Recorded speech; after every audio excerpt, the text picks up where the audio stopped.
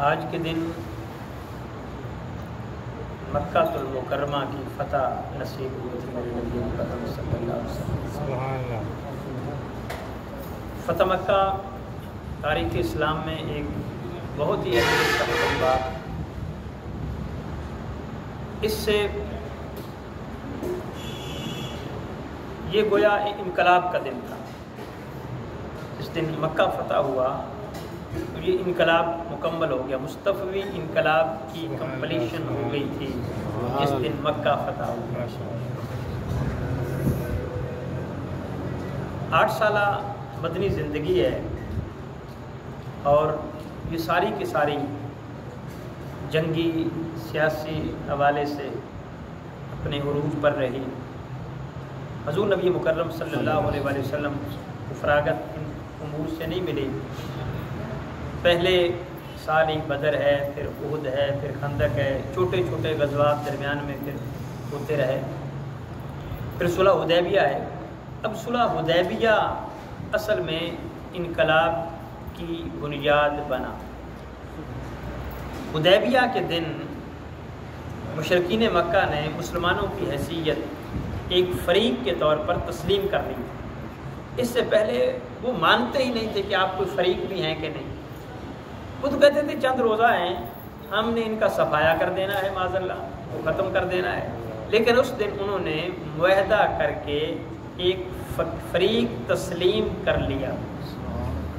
آقا علیہ الصلوۃ والسلام اس بات پر خوش تھے کہ ہمیں تسلیم تو کیا ہے نا۔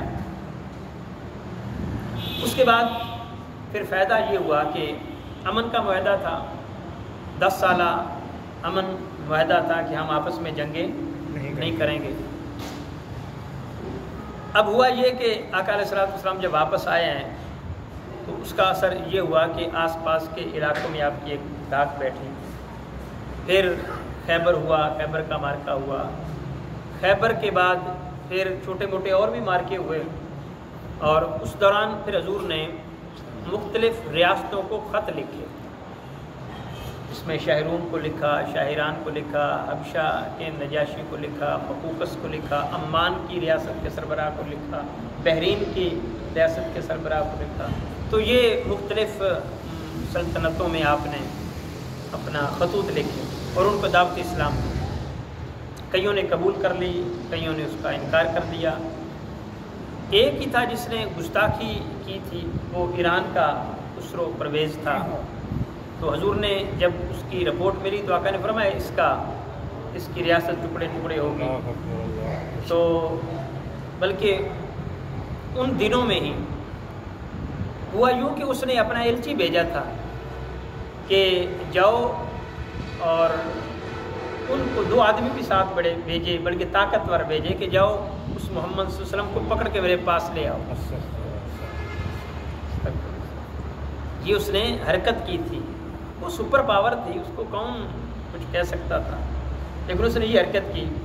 جب وہ آئے تو اب وہ ایلچی ایک سپر پاور کے آئے تو ان کا انداز گفتگو بھی پھر بڑا تکبر اور غرور پر مبنی ہوتا ہے۔ اس انداز میں انہوں نے کہا کہ ہمارا بادشاہ آپ کو طلب کر رہا ہے۔ آقا علیہ الصلوۃ والسلام نے ان کی کوئی بات نہ سنی، آقا اپنی مصروفیات میں مگن رہے۔ دوسرے دن پھر انہوں نے کہا سخت لہجے سے، تو آقا علیہ الصلوۃ والسلام نے فرمایا پھر اپنے خبر تو لو، آپ کے تو شاہ کو ہی قتل کر دیا گیا ہے۔ اب انہوں نے کہا یہ آپ بات کیسے کہہ رہے ہیں، ایسے کیسے ہو سکتا ہے؟ اب حقیقت یہ تھی کہ اس کا اپنا بیٹا اس کے خلاف تھا، اور جس دن یہ گفتگو وہاں پہ کر رہے تھے اسی دن اس نے اپنے باپ کو قتل کر کے خود تخت نشین ہو چکا تھا۔ جب یہ پہنچا، جب وہ لوگ واپس آئے تو درمیان میں ایک ریاست ہے، اس کے گورنر سے ملے، اسی نے ان کو بھیجا تھا آگے، تو اس کو بتایا کہ یہ محمد صلی اللہ علیہ وسلم کہتے ہیں، پتہ نہیں یہ سچ ہے کہ جھوٹ ہے۔ انہوں نے تحقیق کی تو وہ سچ نکلا، انہوں نے وہیں اسلام قبول کر لیا۔ سبحان اللہ، سبحان اللہ، کہ اللہ کے رسول وہاں بیٹھ کر یہ خبر دے رہے ہیں۔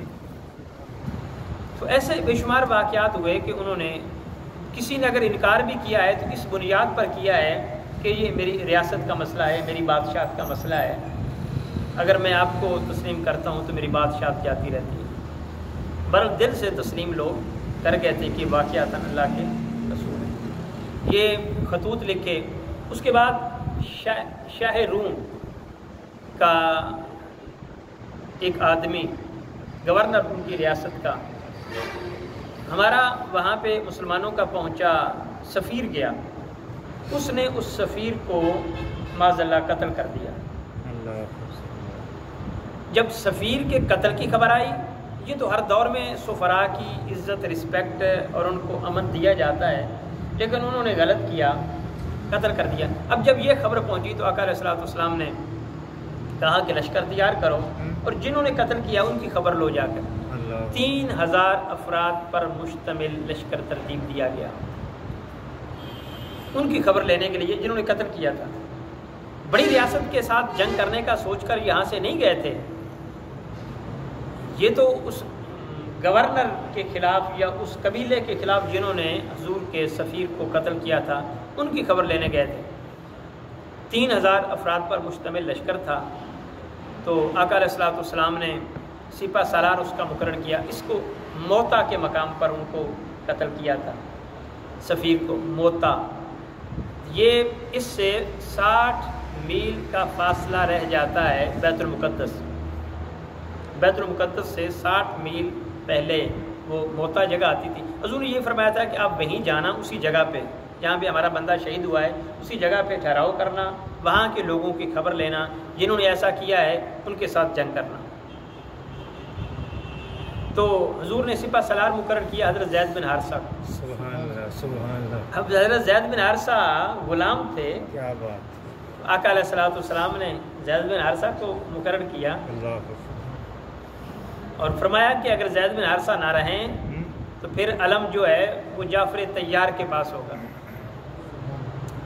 اگر وہ بھی نہ رہیں پھر علم عبداللہ بن رواح کے پاس ہوگا.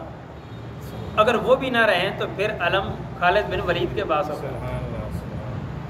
یہ آقا علیہ الصلوۃ والسلام وہیں سے انسٹرکشنز دے رہے ہیں. اب جب یہ لوگ پہنچے وہاں پہ تو یہ تو کچھ اور سوچ کر گئے تھے کہ اسے قبیلے کے ساتھ ہماری جنگ ہونی ہے، لیکن وہاں ان کو خبر ملی کہ ہرقل خود یعنی شاہ روم کا سربراہ خود 1,00,000 افواج لے کر ان کے خلاف جنگ کرنے کے لیے تیار بیٹھا ہے. مسلمانوں کے خلاف 1,00,000 فوج، اس کی منظم فوج تیار تھی. اور 1,00,000 افراد ایسے تھے جو آس پاس کے قبائل کے لوگ تھے، وہ سٹینڈ بائی تھے. وہ سٹینڈ بائی تھے، یہ بالکل میدان میں موجود تھے. گویا 2,00,000 کی فوج ہو گئی. اب یہ 3,000 ہیں، وہ 2,00,000 ہیں. اب ان کا فاصلہ بھی اتنا ہے کہ پیچھے سے کمک آ بھی نہیں سکتی. انہوں نے فیصلہ کیا کہ ہمیں جنگ نہیں کرنی چاہیے، تعداد تھوڑی ہے، یا واپس چلے جانا چاہیے یا آقا علیہ الصلوۃ والسلام کو خبر دینا چاہیے کہ ہم کیا کریں، ہمیں نئی کمک بھیجی جائے، نئے فوجی بھیجے جائیں. یہ باتیں مشورے ہو رہے تھے. حضرت عبداللہ بن رواح رضی اللہ تعالیٰ عنہ نے جذبات سے کام لیا. انہوں نے خطاب کیا. انہوں نے کہا بھی کیا کرتے ہو، دونوں طریقے سے ہم کامیاب ہیں. اگر جیت گئے پھر بھی کامیاب ہیں، مارے گئے پھر بھی کامیاب ہیں. جیتے تو پھر بھی غازی، مرے تو پھر شہید، دونوں صورتوں میں. تو آپ نے اب واپس جا کر کیا کرنا ہے اور آنے والی کمک کا آپ نے انتظار کیا کرنا ہے؟ بس لڑو اللہ کا نام لے کر، کچھ نہیں ہوتا. اب 2,00,000 فوج کے خلاف 3,000 کا کوئی مقابلہ بنتا ہی نہیں.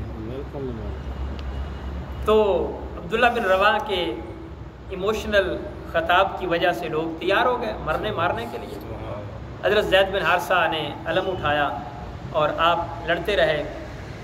بڑی شجاعت کے ساتھ لڑے. کئیوں کو واصل جہنم کیا، بلا کر وہیں شہید ہو گئے. پھر اس کے بعد جعفر طیار کے پاس آیا علم، وہ بھی بڑی بہادری کے ساتھ لڑے، وہ بھی شہید ہو گئے. پھر عبداللہ بن رواح کے پاس آیا، وہ بھی. یہ جعفر طیار کے حوالے سے خصوصی بات، جب یہ لڑ رہے تھے تو ایک ہاتھ ان کا کٹ گیا، انہوں نے علم دوسرے ہاتھ میں پکڑ لیا، دوسرا بھی کٹ گیا. پھر انہوں نے علم کو گود میں لے لیا، حتیٰ کہ پھر ان کو گود میں بھی اور سینے میں ان کو زخم لگے. تو پھر جب شہید ہوئے پھر اس وقت علم گرا. حضرت عبداللہ بن عباس کہتے ہیں کہ حضرت جعفر طیار کو جو ذوالجناحین کہا جاتا ہے، دو بازوؤں والے کہ دو کٹے تھے تو اللہ نے ان کو پر دے دیے تھے جس بازوؤں کی جگہ پہ، تو پھر اڑتے ہوئے بھی وہ ان پروں سے اڑے، جس لیے طیار بھی کہتے ہیں کہ فرشتوں نے ان کو سیر کروائی تھی۔ وہ کہتے ہیں کہ دو روایتیں ہیں، ایک روایت میں ہے کہ ہم نے ان کے زخم گنے، ان کے لاش پہ کھڑے ہو کر، عبداللہ بن عمر کے بارے میں آتا ہے، زخم 50 زخم لگے تھے اور وہ سارے کے سارے سینے پہ لگے تھے، یعنی بیک پہ نہیں کہ جرت دیکھیں، بیک پہ نہیں کہ پیچھے مڑے ہوں تو زخم لگے ہوں، نہیں، اس جوان نے سینے پہ کھائے تھے۔ اور ایک روایت ہے کہ 90 زخم تھے اور سارے کے سارے فرنٹ پہ تھے۔ پھر اس کے بعد عبداللہ بن رواحہ نے علم پکڑا، انہوں نے بھی بڑی بہادری سے جنگ لڑی، ملا کر وہ بھی شہید ہو گیا۔ پھر اس کے بعد خالد بن ولید نے، اب یہ سینکڑوں میل کا فاصلہ ہے، آقا علیہ الصلوۃ والسلام صحابہ کے درمیان بیٹھے ہیں، حضور وہاں بیٹھ کر کہہ رہے ہیں کہ جنگ ہو رہی ہے، زید بن حارثہ شہید ہو گئے، علم جعفر طیار نے پکڑا، وہ بھی شہید ہو گئے، اب علم عبداللہ بن رواحہ نے پکڑا، وہ بھی شہید ہو گئے۔ اب آگے جملہ بولیں، دیکھیں آقا علیہ الصلوۃ والسلام نے فرمایا اب اللہ کی تلوار نے پکڑا ہے، سبحان اللہ، سیف اللہ، حضور نے یہ لفظ بولے، سیف اللہ کے ہاتھ میں اب علم ہے۔ تو حضور یہ اطلاع دے رہے تھے، اور آقا علیہ الصلوۃ والسلام جب یہ اطلاع دے رہے تھے تو پھر انہوں نے نوٹ کیا لوگوں نے، تو وہی وقت تھا جب ان کی شہادت ہوئی۔ تو پھر حضرت خالد بن ولید نے کمال کیا، 1,00,000 فوج کو پیچھے ہٹنے پر انہوں نے مجبور کر دیا تھا، 1,00,000 فوج وہ پیچھے ہٹے، ان کے صرف 12 لوگ شہید ہوئے تھے اور ان کے سینکڑوں کے حساب سے لوگ مارے گئے، ملا کر وہ پیچھے ہٹے۔ اب انہوں نے کہا کہ اب چلو جان چھوٹی، پیچھے ہٹ گئے، ہماری ایک دھاک بیٹھ گئی ہے، پھر انہوں نے واپسی کی راہ لی، اور پھر اس طریق کے ساتھ انہوں نے راہ لی کہ یہ دوبارہ ہم پر حملہ نہ کر دیں۔ ان کے ذہن میں یہ تھا کہ انہوں نے ایسی پلاننگ کی تھی کہ ان کے ذہن میں یہ تھا کہ ان کو اور قومت پیچھے سے آ گئی ہے، جس وجہ سے وہ ڈر کے بھاگ گئے۔ پھر انہوں نے کہا کہ اب ہمارے لیے مسئلہ یہ ہے کہ اب ہماری جنگ ایک قسم سے جیتی جا چکی ہے، مقصد ہمارا یہی تھا نا کہ اپنے کا بدلہ لینا، ہماری سفیر کو جو مارا ہے اس کا بدلہ لینا۔ اب ایک قسم سے بدلہ لیا جا چکا تھا، 1,00,000 فوج کو شکست دے چکے تھے، وہ پسپا ہو چکی تھی، پھر انہوں نے واپسی کی راہ لی۔ اب یہ جو واقعہ تھا، اس واقعہ سے پھر مشرکین مکہ کی ہوا اٹھ گئی۔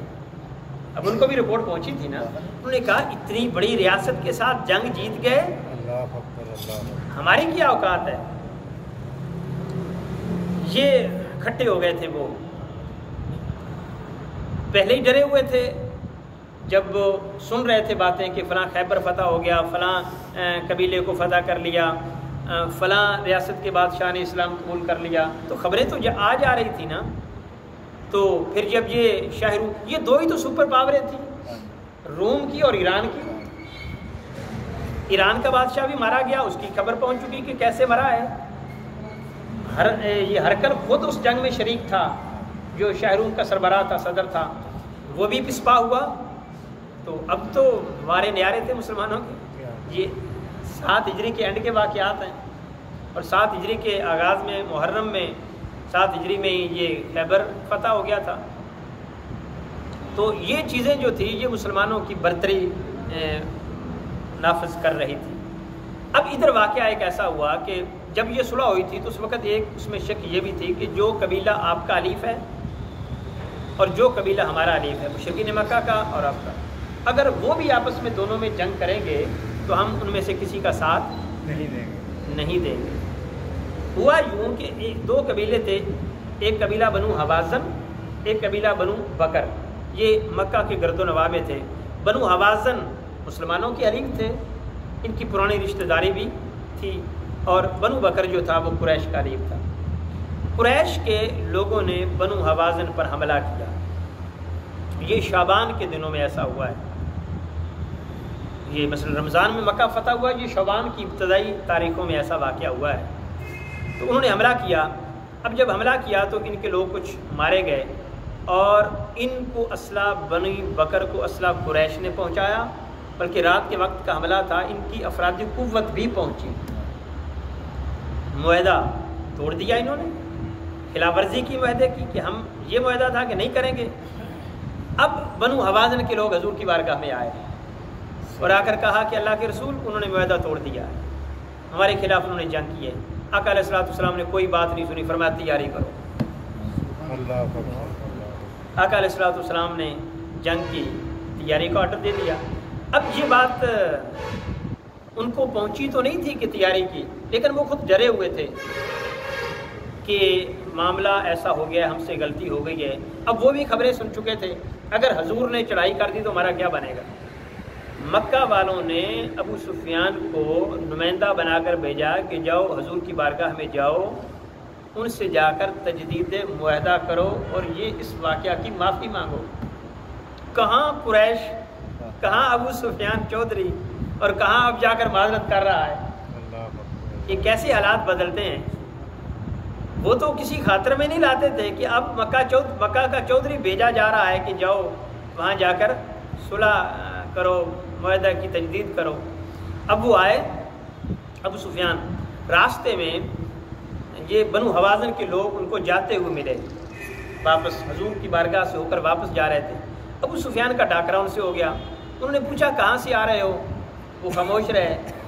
ابو سفیان نے پوچھا حضور کی بارگاہ سے ہو کر آ رہے ہو، محمد صلی اللہ علیہ وسلم کے پاس گئے تھے، وہ خاموش۔ انہوں نے کہا نہیں، کیونکہ یہ سفارت کے کچھ اصول تھے، انہوں نے نہیں بتایا کہ ہم وہاں گئے۔ وہ لوگ بڑے سمجھدار تھے۔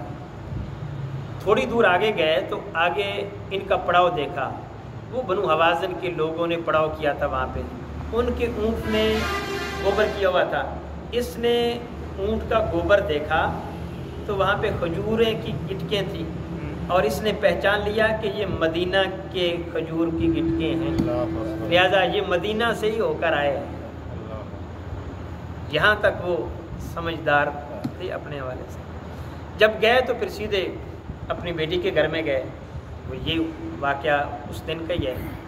تو سیدہ ام حبیبہ رضی اللہ تعالیٰ عنہ کے گھر میں گئے، آپ کے حجرے میں بستر پر بیٹھنے لگے تو انہوں نے بستر کھینچ لیا۔ سبحان اللہ، سبحان اللہ۔ باپ نے انسلٹ محسوس کی، بہت بےزتی محسوس کی، اور اظہار بھی کیا کہ بیٹا یہ کیا کیا ہے تم نے، تجھ سے تو یہ توقع نہیں تھی۔ انہوں نے کہا میں اپنے پاک نبی کے پاک بستر پر پلید باپ کو بیٹھنے کی اجازت نہیں دے سکتا۔ تاریخی جملہ ہے۔ یہ ادب صحابہ کا، یہ ورفتگی، یہ جنون، یہ قربت، یہ نسبت کی پختگی۔ باپ کی عزت کا خیال نہیں کیا مصطفیٰ کی عزت کے مقابلے میں۔ 100 ماں باپ بھی حضور کی عزت پر قربان ہو جائیں۔ پھر حضور کی بارگاہ میں گئے اور کہا اے محمد صلی اللہ علیہ وسلم، میرا آپ کے ساتھ رشتہ داری بھی ہے، تعلق بھی ہے، ہمارے لوگوں سے کچھ غلطی ہو گئی، آپ معاہدے کی تجدید کر دیں۔ آقا علیہ السلام نے بات سننے سے انکار کر دیا۔ پھر یہ گئے حضرت ابوبکر صدیق کے پاس رضی اللہ تعالیٰ، کہا کہ ابوبکر آپ کہیں حضور سے۔ انہوں نے کہا کہ میں آقا علیہ السلام سے کچھ نہیں کہہ سکتا۔ پھر یہ گئے حضرت عمر فاروق رضی اللہ تعالیٰ کے پاس، کہا کہ آپ کہیں۔ اب وہ تو جذباتی آدمی تھے، انہوں نے کہا آپ کی حمایت کریں، ہم تو تیاری کر رہے ہیں آپ کے خلاف جنگ کرنے کے لیے، آپ کی تو گردن اڑا دینی چاہیے تھی، یہاں پہ تم آئے ہو، تمہاری یہ جرت۔ بڑا سخت جواب دیا۔ پھر گئے حضرت علی المرتضیٰ رضی اللہ تعالیٰ کے پاس، تو کہا کہ آپ کر دیں سفارش۔ انہوں نے کہا کہ میں بھی سفارش نہیں کر سکتا۔ تو بالآخر نامراد ہو کر واپس گئے۔ وہاں جا کر انہوں نے اپنوں کو کہا کہ وہ طاقت میں ہیں، انہوں نے ہماری کوئی بات نہیں سنی، لہٰذا بہتر یہ ہے کہ ہم سرنڈر کر دیں اپنے لوگوں سے۔ انہوں نے تانے دیے کہ آپ ہی ڈر گئے ہو جا کر وہاں پہ۔ اب ادھر حضور نبی مکرم صلی اللہ علیہ وسلم نے 3 دن